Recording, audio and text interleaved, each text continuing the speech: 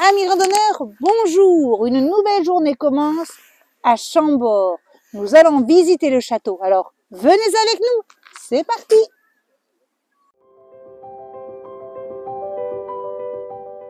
Dans une plaine voisine du Cosson, au cœur de giboyeuse forêt, Chambord surgit comme un château de rêve. François Ier en fut l'instigateur, qui voulait posséder une résidence digne de sa gloire. Il s'adressa, semble-t-il, à Dominique de Cortone, qui en fournit un modèle en bois. Néanmoins, ce sont des mains françaises, celles de Jacques et de Denis Sourdeau, de Pierre Trinquot, qui ont façonné Chambord. Le chantier fut ouvert en 1519. Le gros œuvre était terminé en 1533, mais on travaillait à Chambord jusqu'à la mort du roi. L'histoire du château est singulière. Au XVIe et XVIIe siècle, François Ier, Henri II comme Louis XIV y viennent avec la cour pour se divertir à la chasse, éblouir un invité ou veiller à l'avancée du chantier. Au XVIIIe siècle, il est occasionnellement mis à disposition de proches de la couronne. Puis il devient le domaine privé d'Henri, comte de Chambord, dernier descendant de la branche aînée des Bourbons, avant d'être racheté par l'État un siècle plus tard, en 1930. Le plan du château reste fidèle aux structures du Moyen-Âge. C'est un immense rectangle flanqué de grosses tours rondes à chaque angle et complété, au cœur d'un des grands côtés du rectangle, par le donjon monumental, qui est lui-même flanqué de tours rondes. Ce qu'il y a d'extraordinaire à Chambord, ce sont les superstructures, cet étonnant amoncellement de lucarnes, de cheminées, de flèches, de clochetons, de chapiteaux, qui semblent jaillir des terrasses et s'enchevêtrent en formant les plus somptueux des décors, un décor que l'on observe de loin. Mais de près, on admire autant cette profusion, cette richesse. La lanterne seule constitue un chef-d'œuvre de technique et d'art. Médaillons, coquilles, pinacles, tous les éléments décoratifs mis à la mode au temps de François Ier y sont utilisés.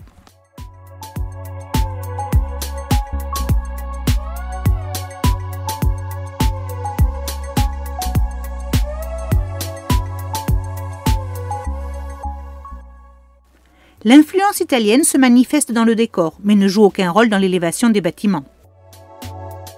Pour éviter l'affluence, nous décidons de commencer la visite par l'aile ouest, au premier étage.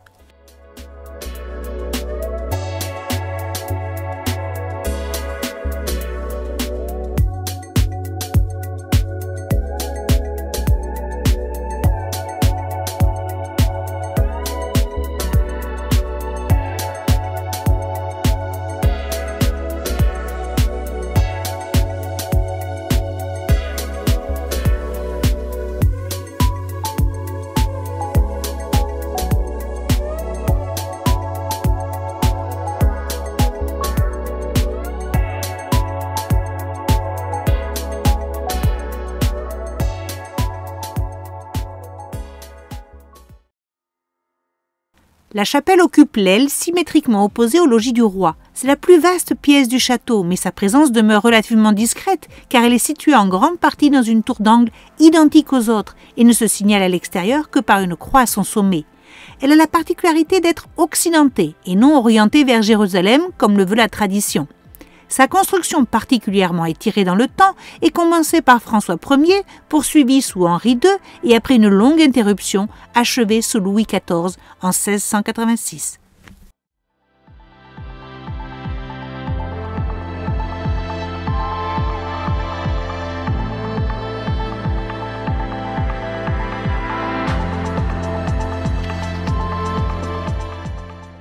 En 1782, Louis XVI affecte la totalité du parc de Chambord au service des haras du royaume, dirigé par François Camille, marquis de Polignac. Ce dernier dispose du château pour y installer des écuries et loger les officiers, devenant ainsi le gouverneur des lieux. Les logements sont réaménagés à sa demande pour apporter un peu de confort et de modernité. Pose de boiseries, ajout de cloisons, installation de faux plafonds, etc. Le château est en outre meublé avec raffinement. Cet appartement, occupé par le neveu du marquis, gouverneur en survivance de Chambord, conserve les traces de ses aménagements réalisés en 1786. Son mobilier a été reconstitué grâce à un inventaire du château rédigé pendant la Révolution, après la fuite des Polignac. Les pièces annexes de la chambre servent à cette époque de cabinet, garde-robe, boudoir et chambre de valet.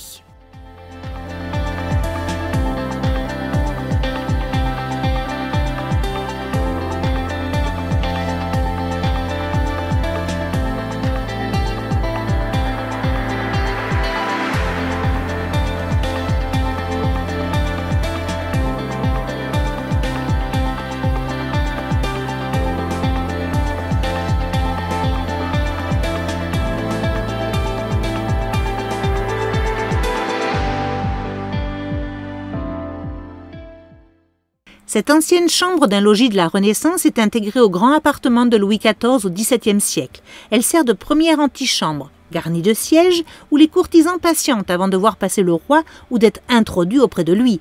Certains jours, les domestiques y disposent la table destinée à recevoir les placets et autres requêtes écrites adressées au souverain. La pièce abritait en outre un imposant billard de 4,20 m sur 1,80 m, auquel Louis XIV jouait régulièrement pendant ses soirées.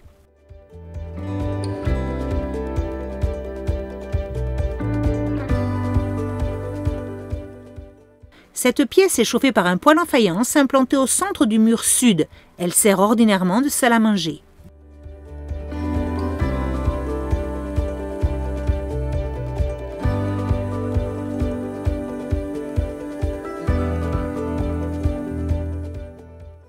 Au XVIIIe siècle, le château de Chambord se mue pour la première fois en résidence permanente pour accueillir d'illustres hôtes, proches ou grands officiers des rois Louis XV et Louis XVI.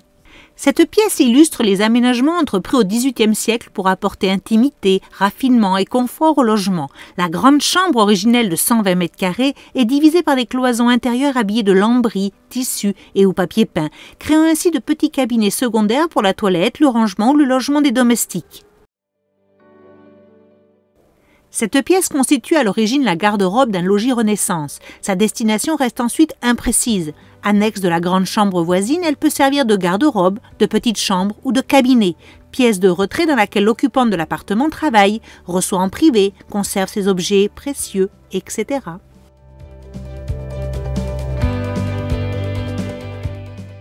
Cette chambre, située dans la tour sud du donjon, abrite au XVIe comme au XVIIe siècle des courtisans d'importance, probablement membres de la famille royale. Pendant le dernier séjour de Louis XIV, il s'agit de Marie-Anne de Bourbon-Conti, fille légitimée du roi et de Louise de la Vallière. Son époux, prince de Conti, loge dans l'appartement voisin. Au XVIIIe siècle, la pièce sert de garde-meuble avant d'être remise à neuf pour accueillir les hôtes de Maurice de Saxe.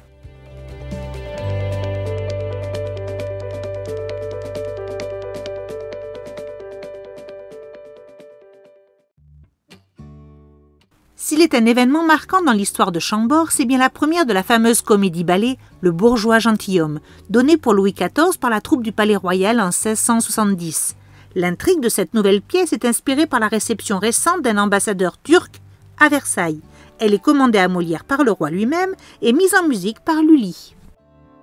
Nous voici dans le musée du comte de Chambord. Les 7 pièces qui constituent ce musée présentent l'étonnant destin du comte de Chambord, prétendant malheureux au trône de France au XIXe siècle. Devenu propriétaire du château et de son parc grâce à une souscription nationale lancée à sa naissance, Henri de Bourbon passe l'essentiel de sa vie en exil. Il consacre pourtant sa fortune à restaurer, entretenir et enrichir Chambord, ouvert à la visite depuis 1821. Les centaines d'objets rassemblés au sein de cet espace racontent la vie du prince et du monument, au cœur d'un siècle troublé mais engagé dans la préservation du patrimoine historique.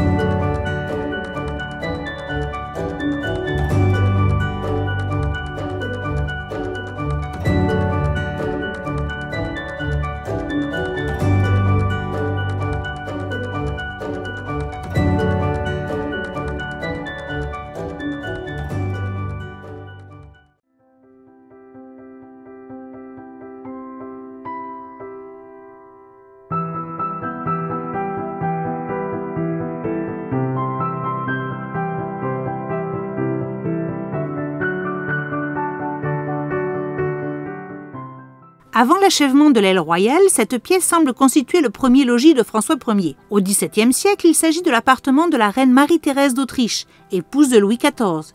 Après son décès, la chambre est occupée par Marie-Anne de Bavière, épouse de l'héritier du trône, en tant que future reine. Une porte donne sur les appartements du roi. La chambre constitue la pièce la plus importante de l'appartement royal. Le lit de parade de Louis XIV prend place derrière un balustre.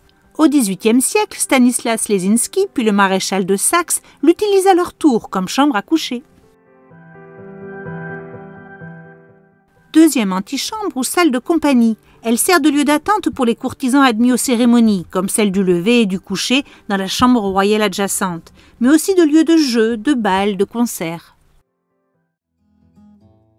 Au deuxième étage du donjon, les 4 salles disposées en croix grecque autour du grand escalier sont couvertes d'impressionnantes voûtes à caissons sculptés. Sur les murs et plafonds du château, on retrouve plus de 300 fois la salamandre. Elle est surmontée d'une couronne portant la devise « Nutrisco » et « Extinguo » qui signifie « Je me nourris du bon feu, j'éteins le mauvais ». Elle est donc représentée crachant des gouttes d'eau permettant d'éteindre le mauvais feu ou avalant des flammes pour se nourrir du bon feu.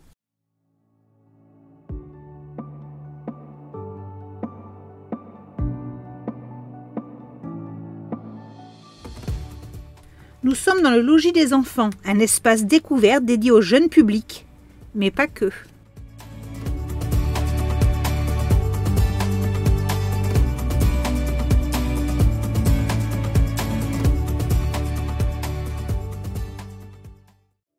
Fini de jouer, nous allons voir la galerie des trophées.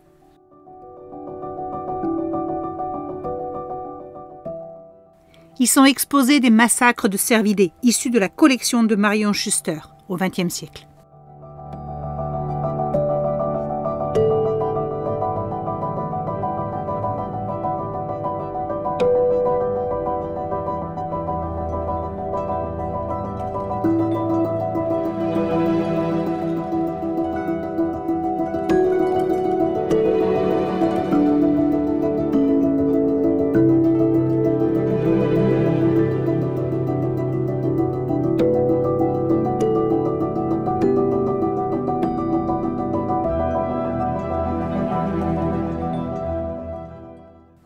La collection de boutons de vénerie.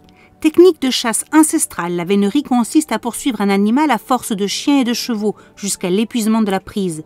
Elle gagne ses lettres de noblesse sous François Ier. Le costume revêtu par le veineur est soigneusement codifié à partir de Louis XIV. Certains éléments du costume sont personnalisés pour différencier les équipages. La couleur, le parement, galon ou bouton. Depuis la Révolution, une attention particulière est donnée aux boutons. Ils constituent bien souvent de véritables pièces d'orfèvrerie.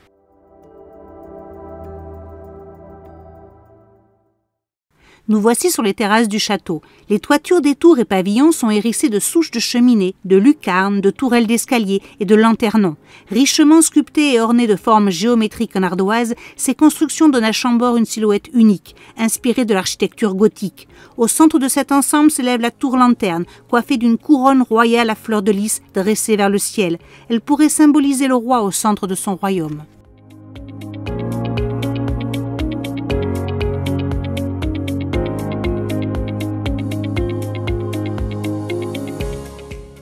Depuis les terrasses, nous bénéficions d'une vue privilégiée sur les jardins à la française de Chambord. Ce sont les tracés exacts des jardins du XVIIIe siècle. Les parterres de gazon, les plates-bandes plantées de taupières, d'ifs et de fleurs, les allées, les alignements et quinconces d'arbres sont réglés avec symétrie et géométrie, comme le château lui-même. Le grand escalier, sans doute inspiré par Léonard de Vinci, constitue à lui seul un monument. Placé au centre du donjon, il est formé de 2 volets de marche qui s'enroulent l'une au-dessus de l'autre, autour d'un noyau central percé de fenêtres. En empruntant l'escalier séparément, nous pouvons nous suivre du regard, mais sans nous croiser.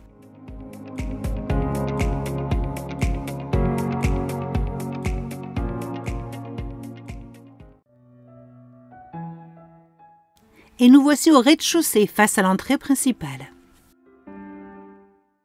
Nous traversons plusieurs salons de réception.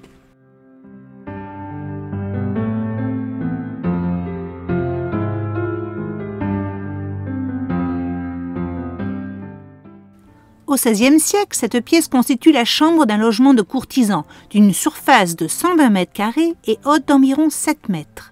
L'usage de cette pièce varie au cours des siècles. Elle est utilisée comme chambre, salle publique, où se déroulent les ventes aux enchères, bois, foin, etc. Ou encore salle de théâtre à l'occasion des séjours des princes de Bourbon-Parme.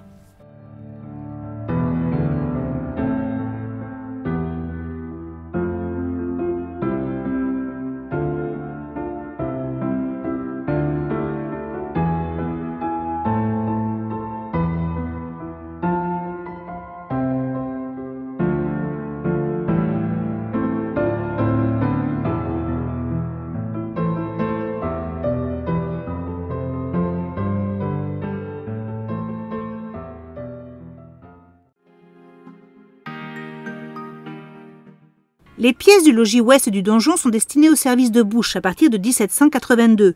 Voici les cuisines du marquis de Polignac, gouverneur de Chambord au XVIIIe siècle.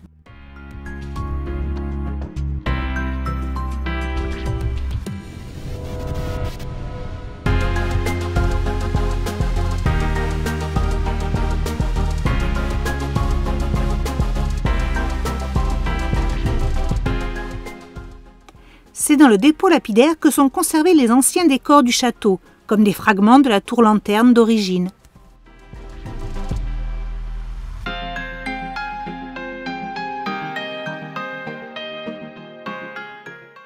Toutes ces voitures ont été commandées par le comte de Chambord en 1871 pour son entrée hypothétique dans Paris en tant que futur roi.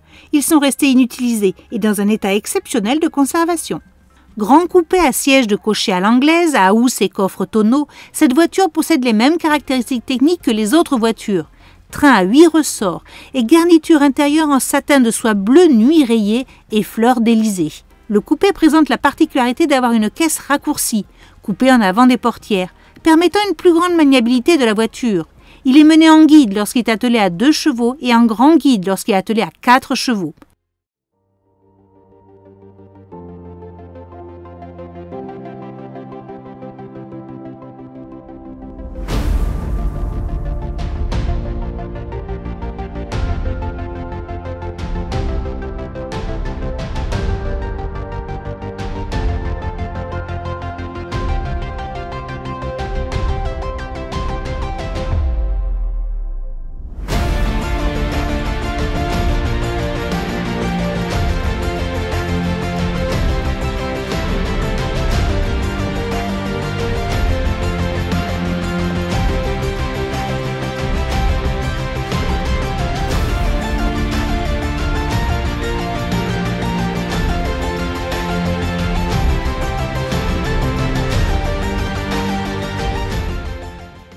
À bientôt amis randonneurs et bonne soirée.